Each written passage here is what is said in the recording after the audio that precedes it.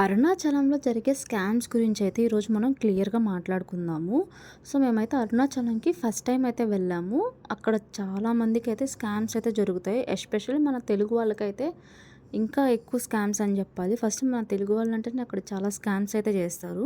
So, వీడియోని skip చేయకుండా last వరకు అయితే చూడండి. మీలో ఎవరైనా అరుణాచలంకి ఫస్ట్ టైం వెళ్ళాలనుకుంటే మాత్రం ఈ వీడియో మీకు చాలా బాగా యూజ్ అవుతుంది. సో, తెలుగు రాని వాళ్ళతో ఎలా బిహేవ్ చేస్తారు అన్నది ఈ వీడియోని ఒకసారి మీకు క్లియర్‌గా ఎక్స్‌ప్లెయిన్ చేస్తాను. వీడియోని అయితే మిస్ చేయకుండా లాస్ట్ వరకు చూడండి. మీకు ఖచ్చితంగా చాలా బాగా యూజ్ అవుతుంది. మేమైతే ఎప్పటినుంచో అరుణాచలంకి వెళ్ళాలనుకున్నాము. బట్ మాకైతే ఫైనల్‌గా అయితే ఈ మంత్ అయితే మేమందరం మా ఫ్యామిలీతో కలిసి అరుణాచలంకి అయితే వెళ్ళాము. ఫస్ట్ టైం నేను కూడా అరుణాచలంకి వెళ్ళేటప్పుడు మేము కూడా చాలా టెన్షన్ అయితే పడ్డాము. అక్కడ లాంగ్వేజ్ రాదు కదా! అసలు ఎలా మేనేజ్ చేయాలి ఏంటి అనుకోని మేమైతే చాలా డౌట్స్ అయితే పడ్డాము. బట్ అక్కడికి వెళ్ళిన తర్వాత మాకు తెలిసిందేంటంటే అక్కడ ప్రతి ఒక్కరికి తెలుగు బాగా వచ్చు. అండ్ తెలుగు మనం ఏం మాట్లాడినా వాళ్ళకి క్లియర్‌గా అర్థమవుతుంది. నిజం చెప్పాలంటే అక్కడ లాంగ్వేజే పెద్ద స్కామ్ అని చెప్తానండి నేను. ప్రతి ఒక్కరికి తెలుగొచ్చు. బట్ మనం తెలుగులో మాట్లాడితే వాళ్ళైతే అస్సలు మాట్లాడరు. మనం ఏం మాట్లాడుతున్నామో వాళ్ళకి అర్థమవుతుంది. వాళ్ళు క్లియర్‌గా మాట్లాడగలుగుతారు. బట్ మనతో అయితే అస్సలు మాట్లాడరు. ఫస్ట్ మనం ఇన్‌కేస్ ఒక షాప్స్ దగ్గరికి వెళ్ళినా కానీ, ఆటోస్ వాళ్ళ దగ్గర ఎక్కడైనా సరే మనం తెలుగు మాట్లాడామనుకోండి వాళ్ళకి క్లియర్‌గా అర్థమైపోతుంది. వీళ్ళు తెలుగు స్టేట్స్ దగ్గర నుంచి వచ్చారు అని చెప్పి వాళ్ళు క్లియర్‌గా అర్థం చేసి అక్కడ స్కామ్స్ అనేవి వాళ్ళు మొదలు పెడతారనమాట. లాంగ్వేజ్ వచ్చి కూడా మాట్లాడరండి అక్కడ. తెలుగు తెలుసు కానీ తెలుగు మాత్రం అస్సలు మాట్లాడరు. ఇదొక పెద్ద స్కాము. అండ్ ఇంకొకటేంటంటే రూమ్స్ దగ్గర స్కాము అండ్ ఆటోస్ దగ్గర స్కాము. ఫస్టు మనం ఆటోస్ గురించి అయితే మాట్లాడుకుందాము. మేము వెళ్ళింది కార్‌లో అయినా కానీ జస్ట్ ఒక చిన్న వర్క్ వల్ల మేము కొంచెం ముందుకు వెళ్ళాలనుకున్నాము. అక్కడ ఆటో వాళ్ళు మాట్లాడుకున్నాం. జస్ట్ వాకబుల్ డిస్టెన్స్‌లోనే ఉంటుంది. కొంచెం దగ్గరండి. దానికి వాళ్ళు ₹100 అయితే అడిగారు. అంత టూ మచ్ ప్రైసెస్ అయితే వాళ్ళు ఛార్జ్ అయితే చేస్తారనమాట. మనం తెలుగులో అడిగాం కాబట్టి. అండ్ మీలో ఎవరైనా ట్రైన్‌లో ట్రావెల్ చేసే వాళ్ళకైతే ఒక చిన్న ఇన్ఫర్మేషన్ అయితే ఇస్తాను. మీరు రైల్వే స్టేషన్ దగ్గర దిగి రాజగోపురం అని అడగండి. అక్కడికి సర్వీస్ ఆటో మాత్రమే మీరు మాట్లాడుకోండి. ₹20, ₹30 మాత్రమే వాళ్ళు ఛార్జ్ చేస్తారు. అండ్ మీరు తెలుగులో అడగడం వల్ల వాళ్ళు ₹100, ₹200 కూడా చెప్తారు. బట్ మీరు దానికి అస్సలు ఒప్పుకోకండి. మీరు ₹20, ₹30 మాత్రమే ఇస్తామని చెప్పండి. మీరు తెలుగులోనే మాట్లాడతారు కాబట్టి వాళ్ళకి తెలుగు కూడా క్లియర్‌గా అయితే అర్థమవుతుంది. అండ్ అక్కడ ఆటో వాళ్ళందరూ ఒక యూనిట్ లాగా ఉంటారండి. ఎందుకంటే ఇప్పుడు మీరు ఒక ఆటో కాదు కదా! ఇంకొక ఆటో మాట్లాడుకోవచ్చు అని అనుకోవచ్చు. బట్ వాళ్ళు ఒక యూనిట్ లాగే ఉంటారు. మొత్తం ఒక యూనిటీ లాగా వాళ్ళైతే బిహేవ్ చేస్తారనమాట. వన్స్ మనం అరుణాచలంకి ఎంటర్ అవ్వంగానే చాలామంది మనల్ని అప్రోచ్ అయ్యి కాంటాక్ట్ అవుతారు. లైక్ రూమ్స్ చాలా అవైలబుల్‌గా ఉన్నాయండి. రూమ్ కావాలా? రూమ్ కావాలా? మేము కార్‌లో ట్రావెల్ చేస్తున్నప్పుడు వన్స్ మేము అరుణాచలంకి ఎంటర్ అవ్వంగానే మా చుట్టూ చాలామంది బైక్స్ అయితే తిరుగుతున్నాయి. ఒక్కొక్కరు స్టాప్ చేసి రూమ్స్ ఉన్నాయండి. ₹1000 ₹1500 అని అడుగుతున్నారు. రైల్వే స్టేషన్ దగ్గర కానీ, బస్ స్టాండ్స్‌లో కానీ ఎక్కడైనా సరే వీళ్ళైతే అది వర్క్ లాగా పెట్టుకొని తిరుగుతూ ఉంటారనమాట. ఒక పర్సన్ మా దగ్గరకొచ్చి రూమ్స్ అవైలబుల్‌గా ఉన్నాయండి. ₹1500కి వాళ్ళు ఎన్ని అవైలబుల్‌గా ఉన్నాయని చెప్పారంటే లైక్ గీజర్ అవైలబుల్‌గా ఉంది, పార్కింగ్ అవైలబుల్‌గా ఉంది, ఏసీ అవైలబుల్‌గా ఉంది, ఎక్స్‌ట్రా బెడ్స్ ఇస్తాము, మీకు వాష్‌రూమ్స్ అన్నీ క్లియర్‌గా ఉంటాయి అని చెప్పి చాలా అంటే చాలా బెనిఫిట్స్ అయితే చెప్పారు. వన్స్ వాళ్ళు చెప్పినవి మనం ఒప్పుకొని వెళ్ళి చూసామనుకోండి, అక్కడికి వెళ్ళిన తర్వాత మళ్ళీ ఏదో ఒక ట్విస్ట్ అయితే ఇస్తారు వాళ్ళు. ఆ ప్రైస్‌కి అండ్ వాళ్ళు చెప్పిందొకటి, అక్కడ జరిగిందొకటి, ఇంకా జరుగుతుందొకటి అలాగైతే అనిపిస్తుంది మనకి. సో, అలా అయితే చేస్తారు. అదొక స్కాము. రూమ్స్ దగ్గర వీళ్ళైతే చుట్టూ తిరుగుతుంటారనమాట. అండ్ నెక్స్ట్ ఇంకోటేంటంటే రూమ్స్ అండి. మనం రూమ్స్ దగ్గరికెళ్తాం. రూమ్స్ వాళ్ళకి కూడా తెలుగు క్లియర్‌గా వచ్చు. అండ్ మనం రూమ్స్ తీసుకునే ముందు వాళ్ళు ఫస్ట్ క్లారిటీ ఏంటంటే, ముందు మనం పేమెంట్ చేయకూడదు. వాళ్ళని రూమ్స్ అడగాలి. 24 అవర్సా, 12 అవర్స్ అని చెప్పి. అరుణాచలంలో నేను చూసినంత వరకు చాలా పెద్ద స్కామ్ ఏంటంటే రూమ్స్ అండి. చాలా తక్కువ టైంకైతే ఇస్తున్నారు. అండ్ మేమైతే టెంపుల్‌కి నియర్ బైలోనే తీసుకున్నాం. వాకబుల్ డిస్టెన్స్‌లో ఉంటుందండి. అండ్ మీరు ఎవరైనా అరుణాచలంలో రూమ్స్ తీసుకోవాలనుకుంటే గోపురంకి దగ్గరలో అయితే రూమ్స్ అయితే ఉంటాయి కదా! అవైతే టూ మచ్ కాస్ట్ అయితే చెప్తారు. స్టార్టింగ్ ప్రైస్ ₹2500 అయితే వాళ్ళు చార్జ్ చేస్తారు. లేదు మేము కొంచెం నడిచి వెళ్తాం అనుకోండి, కొంచెం దూరం మీరు కానీ ట్రావెల్ చేస్తే అక్కడ చాలా తక్కువ ప్రైస్‌కి అయితే వస్తాయి. లైక్ ₹1000, ₹1500కి అలా అయితే మీకు వస్తాయండి. సో, అక్కడ మీరు హ్యాపీగా తీసుకోవచ్చు. అండ్ ఇంకేంటంటే రూమ్స్ తీసుకునే ముందు మీరు ఖచ్చితంగా 12 అవర్స్, 24 అవర్స్ అడిగి మరి ఓకే చేసుకొని పేమెంట్ అయితే చేయండి.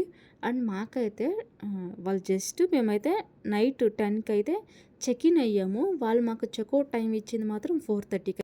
బట్ మేమైతే అంత టైం కూడా తీసుకోలేదు. మేము 2:00కే చెకౌట్ అయితే ఇచ్చాము. మేము మెయిన్ ఆ రూమ్ తీసుకోవడానికి రీజన్ ఏంటంటే, మాకు పార్కింగ్ ఏరియా అంటే చాలా బాగుందండి. మాకు కార్ పార్కింగ్ చేసుకోవడానికి నీట్‌గా ఉంది. లోపల కార్ పార్కింగ్ చేసుకోవచ్చు అండ్ డోర్ కూడా క్లోజ్ చేసుకోవచ్చు. మన కార్ అనేది సేఫ్‌గా ఉంటుందని చెప్పి ఆ రీజన్‌తోనే మేమైతే అక్కడ రూమ్ అనేది తీసుకున్నాము.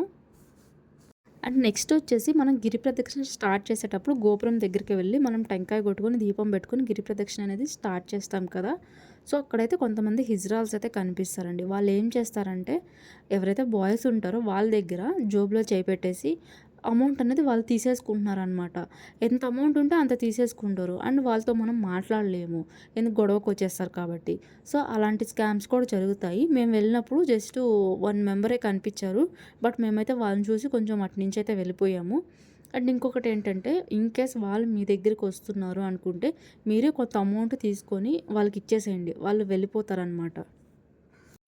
అండ్ ఇంకొక స్కామ్ ఏంటంటే మనం అరుణాచలంకి వచ్చాము, దీపం పెట్టుకున్నాము, టెంకాయ కొట్టుకున్నాము, ఇంక గిరి ప్రదక్షిణ స్టార్ట్ చేస్తున్నాము అని స్టార్ట్ చేసి కొంత దూరం వెళ్ళిన తర్వాత ఒక ఫ్యామిలీ టైప్ లాగా వస్తారండి. ఫస్ట్ మనల్ని ఏం అడుగుతారంటే మీరు తెలుగు వాళ్ళేనా అడుగుతారు. అవును అని చెప్పంగానే ఇలా మా పర్స్ పోయిందండి, మేము పిల్లలతో ఉన్నాము, మాకు జర్నీకి అసలు అమౌంట్ కూడా లేదని చెప్పి చాలా సెంటిమెంట్ మాటలైతే చెప్పి అమౌంట్ అయితే అడుగుతారండి. అవి మాత్రం అస్సలు నమ్మకండి. అదొక పెద్ద స్కామ్ అనమాట. వాళ్ళు డైలీ ఎవరొకరినైతే ఒక్కొక్క ఏరియాలో లాగైతే ప్రతి ఒక్కరిని అడిగి మరీ అమౌంట్ అయితే తీసుకుంటారనమాట. సో వాళ్ళని కూడా మీరు అస్సలు నమ్మకండి. అంతగా మీరు మనీ ఎవరికైనా ఇవ్వాలి అని అనుకుంటే అక్కడ చాలామంది సాధువులైతే కనిపిస్తుంటారు. వాళ్ళకి మనం అమౌంట్ ఇచ్చినా పుణ్యమేనండి. అక్కడ చాలామంది అయితే ఫుడ్ కోసం కూడా ఉంటారు. అలాంటి వారికి మనం హెల్ప్ చేసిన పుణ్యం అయితే వస్తుంది. ఇలాంటి వాళ్ళైతే ఇలా మోసం చేస్తూ అయితే స్కామ్ చేస్తూ కావాలని అబద్ధాలైతే చెప్తూ ఉంటారు. అండ్ ఇంకొక చిన్న సిచ్యువేషన్ అయితే మీతో షేర్ చేసుకుంటాను. అంటే గిరి ప్రదక్షిణ చేస్తూ వెళ్తున్నాము. అక్కడ ఒక టెంపుల్ కనిపించింది. వినాయక స్వామి టెంపుల్. దాంట్లోకి వెళ్ళి మేము దర్శనం చేసుకొని బయటకొచ్చిన తర్వాత ఒక లేడీ అయితే మాకు కనిపించింది. ఆమె పసుపు తాళ్ళు అందరికి ఇస్తూ ఉంటుంది. ఇదైతే నేను ఒక సిచ్యువేషన్ అయితే షేర్ చేసుకుంటాను. అది కరెక్టో రాంగో మీరు కూడా ఒకసారి థింక్ చేయండి. తను అందరికీ పసుపు తాళ్ళు చేతిలో పెట్టేస్తుందనమాట మ్యారేజ్ అయిన వాళ్ళకి. వాళ్ళ చేతిలో పెట్టేసి ఇలా చెట్టుకు కట్టండి మీకు సుమంగళిగా ఉంటుంది అన్నట్టు చెప్తుందనమాట. అంటే ఫస్ట్ మా వాళ్ళు ఏమడుగుతున్నారంటే ఏమన్నా అమౌంట్ అంటే తనకి ఆన్సర్ ఇవ్వట్లేదు. తనకి తెలుగు తెలుసు. బట్ ఆన్సర్ అయితే ఇవ్వట్లేదు. ఇంకా ఎవరైనా వస్తున్నారేమో టెంపుల్ నుంచి అందరికీ చేతిలో పెట్టేసి కట్టేయండి అని చెప్తుంది. సో మా వాళ్ళు అంటే ఫస్ట్ మేము అమౌంట్ అడిగినప్పుడు లేదు అన్నట్టుగానే చెప్పింది. తర్వాత మా వాళ్ళ చేత అది చెట్టుకి కట్టించిందనమాట. సుమంగళింగా ఉంటారండి అని చెప్పి చెట్టుకి కట్టించింది. తర్వాత అమౌంట్ అనేది డిమాండ్ చేసిందనమాట.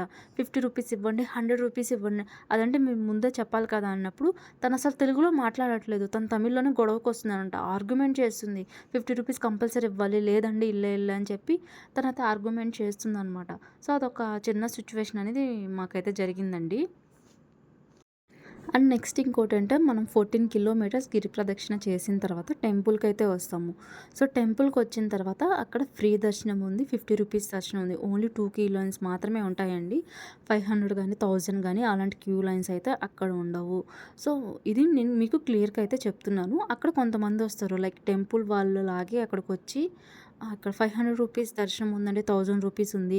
మేము తొందరగా మీకు దర్శనం చేపిచ్చేటట్లు చేస్తాము అన్నట్టు వాళ్ళు గమనిస్తుంటారనమాట కొంతమందిని. ఎవరైతే గిరి ప్రదక్షిణ చేసి టైర్డ్ అయిపోయి ఉంటారో, పిల్లలతో వస్తారో, పెద్దవాళ్ళు ఉంటారో వాళ్ళని టార్గెట్ చేసి వాళ్ళ దగ్గరికి వెళ్ళి వాళ్ళు కాంటాక్ట్ అయ్యి ఇలా చెప్తారనమాట. మీకు తొందరగా దర్శనం చేపిస్తాను. మీరు క్యూ లైన్‌లో ఉండాల్సిన అవసరం లేదండి అని చెప్తారు. నార్మల్‌గా మనము గిరి ప్రదక్షిణ చేసి దర్శనంకి వెళ్ళేటప్పుడు 3 అవర్స్, 4 అవర్స్, 5 అవర్స్ కూడా మనం క్యూ లైన్‌లో ఉండాలి. అంత టైం అయితే మనం దర్శనానికైతే పడుతుంది. సో కొంత టైంలో అయితే జస్ట్ 1 అవర్‌కి అయితే అయిపోతుంది. మాకైతే 1 అవర్ అయితే అయిపోయింది. మేము గిరి ప్రదక్షిణ చేసి టెంపుల్ దగ్గరికి వచ్చేలకి 1:00 అయితే అయ్యింది. అప్పటికైతే క్రౌడ్ చాలామంది తక్కువైతే ఉన్నారు. జస్ట్ మాకు 1 అవర్‌లోనే అయిపోయింది. ఎవరైతే మీ దగ్గరకొచ్చి 500, 1000 రూపీస్ దర్శనం ఉంది అని చెప్తారో వాళ్ళనైతే అస్సలు నమ్మకండి. వాళ్ళు ఎక్కువ దూరం కూడా తీసుకెళ్ళరు. జస్ట్ వాకబుల్ డిస్టెన్స్‌లో కొంచెం దూరం తీసుకెళ్ళి అదే క్యూ లైన్‌లో వాళ్ళు వదిలేస్తారు. తర్వాత మళ్ళీ మీరు వెయిట్ చేయాలి. సో అలా అయితే మోసం చేస్తూ ఉంటారు. అవి కూడా మీరు అస్సలు నమ్మకండి. అండ్ ఫైనల్‌గా ఇంకొక సిచ్యువేషన్ అయితే నేను చూసానండి. టెంపుల్ మేనేజ్మెంట్ అనేది అసలు చాలా వరస్ట్ అని చెప్పాలి. ఎందుకంటే మేము టెంపుల్‌కి దర్శనం క్యూ లైన్‌లో వెళ్తున్నాము. అన్నదానానికి ఒక సెపరేట్ క్యూ లైన్ అయితే ఉంటుంది. సో, అక్కడ ఏం జరిగిందో తెలీదు. తెలుగు వాళ్ళకి, తమిళ్ వాళ్ళకి పెద్ద గొడవ అయితే జరిగింది. అందులో కొట్టుకుంటున్నారు. లిటరల్లీ చెప్పాలంటే క్యూ లైన్‌లోనే కొట్టేసుకుంటున్నారు. బట్ ఇద్దరు పోలీసులున్నారు. వాళ్ళైతే అసలు సీరియస్‌గా యాక్షన్ తీసుకోవాలి. పోలీసులు చూసారంటే అక్కడ గొడవ కూడా స్టాప్ అయిపోవాలి. అలాంటిది వాళ్ళ పాటికి వాళ్ళు కొట్టుకుంటూనే ఉన్నారు. ఈ పోలీసు వాళ్ళనేది కామ్‌గా చూస్తున్నారు. లైక్ ఏంటంటే వాళ్ళని కంట్రోల్ చేయలేక ఓకే. కామ్‌గా ఉండండి, ఆగండి అన్నట్టు జస్ట్ సింపుల్‌గా అలా చూస్తున్నారే తప్ప వాళ్ళైతే సీరియస్‌గా యాక్షన్ కూడా తీసుకోవట్లేదు. వాళ్ళ పాటికి వాళ్ళు కొట్టుకుంటూనే ఉన్నారు. ఒక గొడవ కాదండి. 2 టైమ్స్ అయితే జరిగిందనమాట. ఫస్ట్ టైమ్ అయితే కొట్టుకున్నారు. తర్వాత కాసేపు పోలీసోళ్ళు నార్మల్‌గానే అటు ఇటు అన్నారు. వీళ్ళు కంట్రోల్ అయిపోయారు. వీళ్ళ రిలేటివ్స్ వీళ్ళే చెప్పుకొని దూరంగా వెళ్లారు. తర్వాత ఇంకొక ప్లేస్‌లో ఇంకొక గొడవ జరిగింది. అసలు మేనేజ్‌మెంట్ ఎంత వరస్ట్‌గా ఉందంటే, అసలు కొట్టుకొని రక్తాలొచ్చినా గాని అసలు పట్టించుకోరేమో అన్నట్టు అనిపించింది నాకైతే. తర్వాత నాకనిపించిందేంటంటే, ఇలాంటి క్యూ లైన్‌లో వెళ్ళినప్పుడు జాగ్రత్తగా ఉండాలి. మనం ఎవరితో మాట్లాడకుండా జస్ట్ ఏమన్నా గానీ కామ్‌గా వెళ్ళిపోవాలి అన్నట్టు అనిపించింది. అక్కడ జరిగిన సిట్యుయేషన్స్ అండ్ మేము ఫేస్ చేసిన సిట్యుయేషన్ అయితే ఈ వీడియోలో మీతో అయితే షేర్ చేసుకున్నాను. నాకు తెలిసి మీకు ఈ వీడియోలో ఇన్ఫర్మేషన్ దొరికిందని అనుకుంటున్నాను. మీలో కానీ మీ ఫ్రెండ్స్ అండ్ ఫ్యామిలీ మెంబర్స్‌లో ఎవరైనా ఫస్ట్ టైం అరుణాచలం వెళ్ళాలనుకుంటే ఈ వీడియోని ఖచ్చితంగా వాళ్ళకి షేర్ చేయండి. వాళ్ళకి కూడా యూజ్ అవుతుంది. సో, మీరు తెలుసుకోవడం వెళ్ళడం వల్ల కొంచెం మీరైతే జాగ్రత్త పడతారు కదా! సో, అదొక్కటేనండి. సో, వీడియో మీకు నచ్చినట్లయితే లైక్ చేయండి. అండ్ మీలో ఎవరైనా ఫస్ట్ టైం అరుణాచలంకి వెళ్ళినప్పుడు అరుణాచలంలో గిరి ప్రదక్షిణ ఎలా చేయాలి? ఏ లింగాల్ని దర్శించుకోవాలి? మొత్తం ఎన్ని లింగాలుంటాయి? లింగాల్ని దర్శించుకోవడం వల్ల మనకి ఎలాంటి ఫలితాలొస్తాయి? అన్నది నేను క్లియర్‌గా ఒక వీడియో అయితే మన ఛానల్‌లో అయితే అప్లోడ్ చేస్తున్నాను. మీకు ఎవరికైనా ఇంట్రెస్ట్ ఉంటే ఆ వీడియోని కూడా ఒకసారి చూడండి. మీకు చాలా బాగా యూజ్ అవుతుంది. నేనైతే క్లియర్‌గా అయితే ఎక్స్‌ప్లెయిన్ చేశాను. సో, ఈ వీడియో మీకు నచ్చినట్లయితే లైక్ చేయండి, షేర్ చేయండి. ఇలాంటి వీడియోస్ కోసం మన ఛానల్‌ని అయితే సబ్స్క్రైబ్ అయితే చేసుకోండి.